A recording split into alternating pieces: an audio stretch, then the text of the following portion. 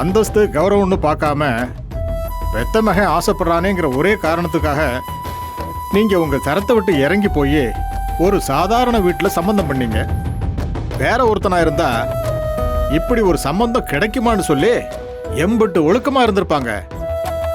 ஆனா அந்த செல்லப்பாண்டி தரங்கிட்டவங்கிறத நிரூபிச்சுட்டான் பாத்தீங்களா?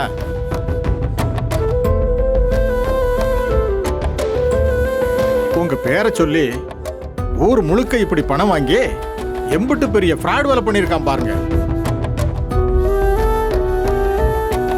அமைச்சரே, நீங்க இதுல சம்பந்தப்பட்டிருக்க மாட்டீங்க. உங்க கை சுத்தமானதுன்னு எங்க எல்லாருக்கும் தெரியும்.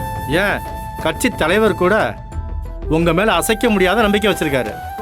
ஆனா பாருங்க, எதிர்கட்சிக்காரங்க இதை வச்சு என்னடா பிரச்சனை பண்ணலாம், இல்ல நம்ம ஆட்சி மேல என்னடா குத்தம் சொல்லலான்னு காத்திருந்து வெறும் வாய்க்கு அவள் கிடைச்ச மாதிரி இப்படி ஒரு விஷயம் சிக்கின உடனே ராசாங்கம் ஊர் முழுக்க காசு வாங்கியிருக்காரு. மாட்டிக்கிட்ட உடனே அவர் சம்பந்தியை கை காட்டிட்டு தப்பிக்க பாக்குறாரு. அவரை கைது பண்ணுங்க, பதவியை விட்டு தூக்குங்க, அது இதுன்னு போராட்டம் பண்ணி 1008 பிரச்சனை பண்ணிட்டு இருக்கானுங்க.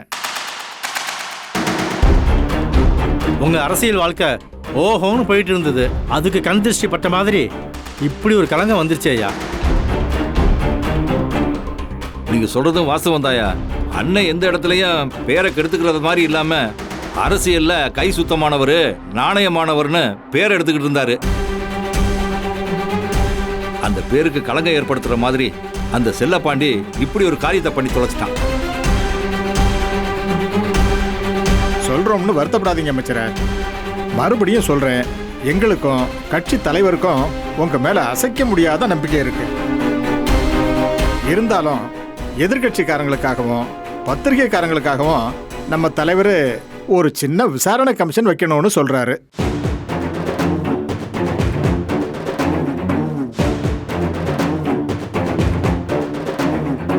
அந்த விசாரணைய ரொம்ப நியாயமா நடத்தி அதோட முடிவுகளை வெளியே கொண்டு வருவோம்னு தலைவர் சொல்லியிருக்காரு. இதுல நீங்க கண்டிப்பா சுத்தமானவர்னு நிரூபணமாகும். ஏன்னா நம்ம கட்சி மேல யாராவது அபாண்டமா பழி சுமத்தினா நீதியை நேருக்கு நேரா சந்திச்சு நாம சுத்தமானவங்க தான்னு நிரூபிச்சு காட்டுறதுக்கு இது ஒரு பெரிய உதாரணமா இருக்கும்னு தலைவர் நம்புறாரு. ஐயா, அதுக்காக தப்பே செய்யாத விஷயத்துக்காக அப்பா விசாரணைக்கு போறது நல்லாவையா இருக்கும்? நீங்க ஏன் தம்பி அப்படி நினைக்கிறீங்க? நம்ம மேல சேறு பட்டுடுச்சுன்னா அதை உடனே சுத்தம் பண்ணிக்க வேண்டியது நம்மளோட கடமை இல்லையா? அந்த மாதிரி விசாரணைக்கு போய் உட்கார்ந்தா கேட்கிற கேள்விக்கு ஐயா பதில் சொல்ல போறாரு. நம்ம ஐயா மேல தப்பு இல்லைங்கிறதும் தெரிஞ்சிட போகுது.